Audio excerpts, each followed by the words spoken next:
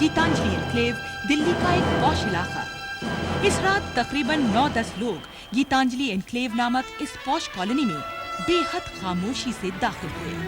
Police के मुताबिक ये पारदी कबीले के लोग और करीब ही एक सिनेमा हॉल से देर रात फिल्म देखने के बाद अपने चुनिंदा शिकार के घर की जानिब बढ़ रहे थे।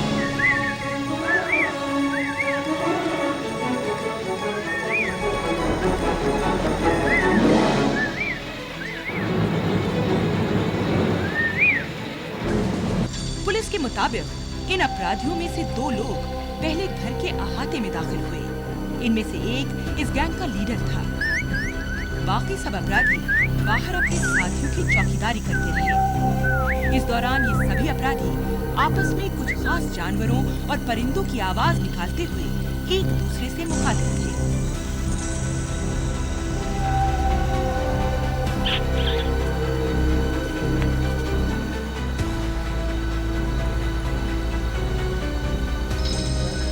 पुलिस के मुताबिक इस गैंग का लीडर, जिसे पारदी अपनी जबान में कमाऊ कहते हैं, इसने अपने एक खास हथियार दौलतिया और खिल्ले की मदद से कालराज के स्लाइडिंग डोर को बहुत ही एक्सपर्ट अंदाज में चुटकी बजाते ही खोल दिया और फिर दरवाजा खुलने के बाद इसने परिंदों की आवाज में अपनी इस कामयाबी की इत्तला बाहर इंतजार कर रहे अपने साथियों को दी। अपने कमाऊ की इस खास परिंदे की आवाज सुनकर इन खतरनाक अपराधियों की बाँचें खुल गई और अपने कुछ साथियों को बाहर छोड़कर सभी पार्टी दबे पांव कालराज के घर में दाखिल हुए।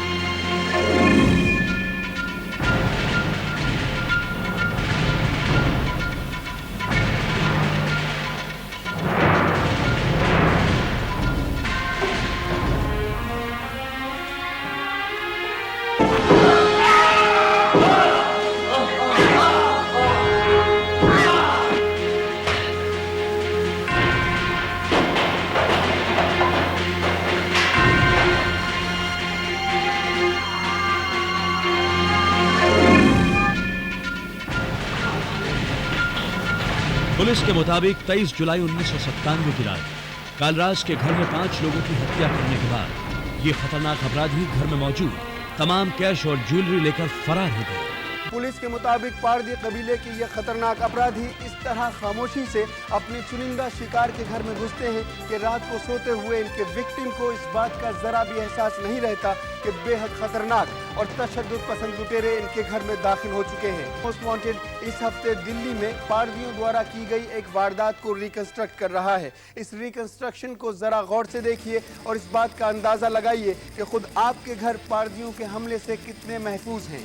24 जुलाई 1997 वक्त शाम के तकरीबन 4 बजे यूनाइटेड नेशंस का यूनिसेफ ऑफिस लोधी रोड नई दिल्ली। इस शाम यूनिसेफ में प्रोग्राम असिस्टेंट का काम कर रही वीनू कालरा अपने 3 रोजा ऑफिशियल ट्रिप से वापस दिल्ली लौटी थी। श्रीमती वीनू कालरा अपने सफर से सीधे दफ्तर पहुंचकर लगातार अपने घर वालों से संपर्क करने की कोशिश कर रही थी। मुसलसल फोन की घंटी कालराज के गीतांजलि एनक्लेव स्थित घर में बजने के बावजूद कोई फोन नहीं उठा रहा था। वक्त शाम के तकरीबन 5:30 बजे। वीनू कालरा उस वक्त मजीद परेशान हो थी जब इनके पति विपिन कालरा रोज के मामूल के मुताबिक इन्हें दफ्तर लेने नहीं पहुंचे।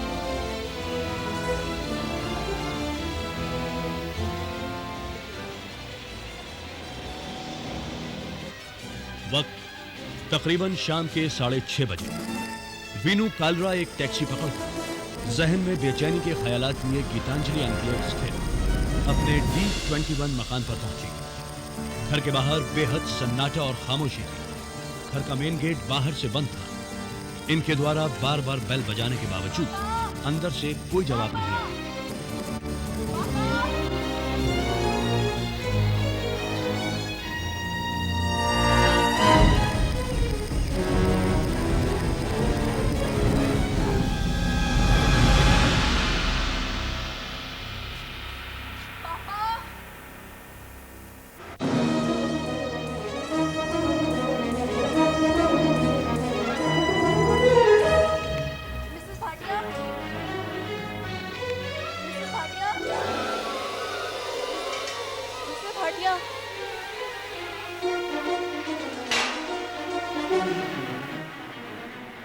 आइए वीनू जी, अंदर आइए। बाहर ताला लगा हुआ है, आपको पता है ये कहाँ गए हैं?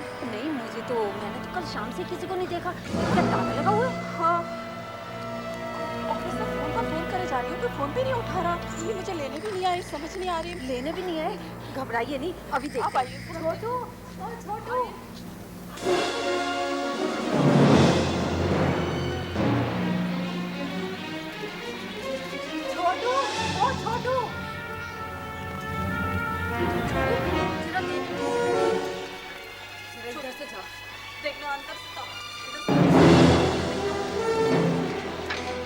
मिसेस भाटिया का नौकर जब घर के अंदर पहुंचा तो उसने पाया कि ड्राइंग रूम का दरवाजा हल्का सा खुला था। और जब ये नौकर घर के अंदर पहुंचा तो इसे ये समझते देर न लगी कि घर में चोरी हुई है। मिसेस भाटिया का नौकर दौड़ता हुआ वापस बाहर भागा। इसने अपनी आंखों से देखा तमाम नजारा बयान किया। क्या हुआ? तू इतना घबराया हो क्यों है?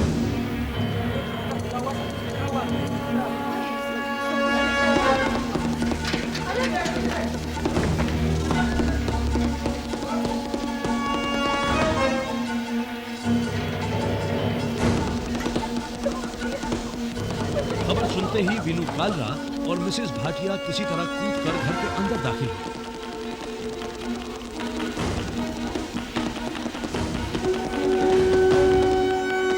वीनू कालरा अपनी पड़ोसन मिसेस भाटिया के साथ घर के अंदर जैसे ही अपने ससुर के कमरे में पहुंची तो देखा कि उनके ससुर और सास बलवंत कालरा और मिसेस प्रकाश कालरा की लाशें तितर-बितर पड़ी हुई थी। तमाम कमरे में खून बिखरा पड़ा हुआ था। अपराधियों ने बुजुर्ग कालराज के सर पर किसी भारी वस्तु से प्रहार किया था।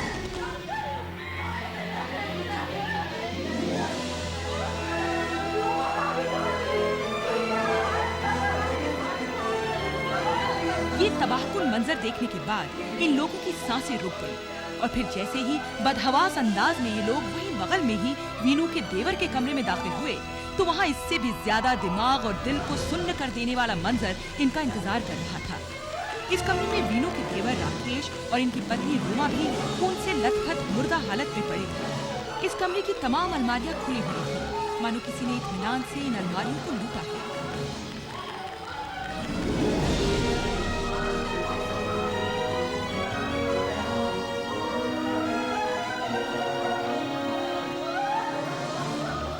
इसके बाद वीनू कालरा चीखती चिल्लाती पहली मंजिल पर मौजूद अपने कमरे में पहुंची। वहां इनके पति विपिन कालरा बिस्तर पर मुर्दा हालत में पड़े थे। इनका भी बड़ी बेरहमी से कत्ल किया जा चुका था। इनकी बेटी आशना डर से बुरी तरह कांप रही थी। इसके सर पर भी भयानक घाव थे और इसके जिस्म से अब भी खून रिस रहा था। पारदी कबीले की मोडस ऑपरेंडी का मजीद खुलासा। कालराज भी आपकी तरह अगले दिन जागने की फिक्र लेकर सोए थे, मगर ऐसा हुआ नहीं।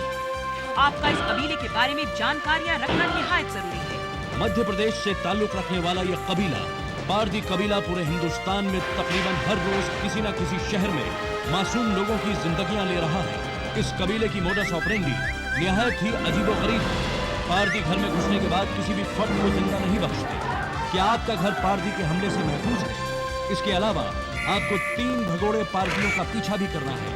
आमतौर पर पारदी शहरों को अपना निशाना बनाते हैं। अक्सर इनके डेरे रेलवे स्टेशन के करीब या शहर में फ्लाईओवर के नीचे पाए जाते हैं। ये एक खाना बदोश कबीला है और ये लोग एक शहर में 2-3 महीने से ज्यादा नहीं टिकते। पारदी बेहद ही मैले कुचैले रहते हैं। गंदगी की वजह से इनके जिस्म बेहद बदबूदार पाए जाते हैं। ये लोग कच्चा गोश्त खाते हैं।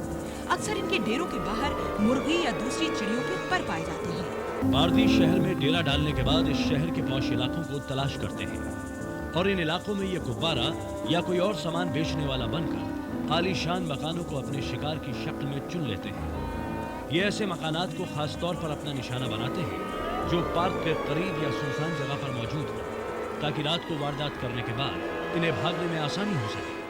अपने शिकार को चुन लेने के बाद ये लोग शाम को वारदात वाली रात शराब पीते हैं और मौके वारदात के करीब मौजूद ढाबे या होटल में खाना खाने के बाद देर रात करीब के सिनेमा हॉल में फिल्म देखते हैं और फिर इसके बाद एक ऐसी जगह का चयन करते हैं जहां वारदात के बाद ये सब लोग वापस मिल सके। इसी जगह पर ये लोग अपनी वारदात की रूपरेखा तैयार करते हैं। पुलिस के मुताबिक ये खतरनाक अपराधी अपने कपड़े उतारकर वहीं करीब में ही छुपा देते हैं और इसके बाद अपने जिस्म को पूरी तरह तेल से भिगो लेते हैं ताकि मौके वारदात पर कोई इन्हें जिस्मानी तौर से पकड़ ना सके। ये अपनी कमर में पत्थर बांध कर रखते हैं ताकि मौके वारदात पर अगर कोई इन्हें रोके या इनका पीछा करे तो पत्थर मारकर ये उन्हें अपने से दूर रोक सके। ऐतिहासिक रूप से ये शिकारी कौम निशानेबाजी में बेहद अचूक होती है। इनके द्वारा फेंका गया पत्थर अपने सही निशाने पर ही लगता है। पारदी शहरों में जब आते हैं तो ये रेलवे स्टेशनों, प्लेटफॉर्मों, बस अड्डों, पार्क जो खुले पार्क हैं, सिक्योरेटेड पार्क, टोम्स, यहाँ अपना डेरा लगा लेते हैं। और डेरे की खास पहचान सबसे ये होगी कि इनके डेरे के आसपास आपको सबसे नहायत ज़्यादा गंदगी मिलेगी और कच्चे मांस के टुकड़े या पंख जो मुर्गियों के होते हैं वो मिलेंगे, उससे आप पहचान जाएंगे। और सबसे बड़ी बात यह कि ये मराठी या गुजराती डायलेक्ट में बात करते मिलेंगे, जिससे आप पहचान जाएंगे कि ये पारदी हैं। पारदी नामक ये कबीला गिरोह की शक्ल में अपने शिकार पर निकलता है और अपने शिकार के खात्मे के लिए ये लोग अपने साथ मजबूत चारपाई का पाया, दौलतिया और मौके वारदात के करीब से ही किसी पेड़ का तना तोड़कर इसका डंडा रूपी हथियार बना लेते हैं।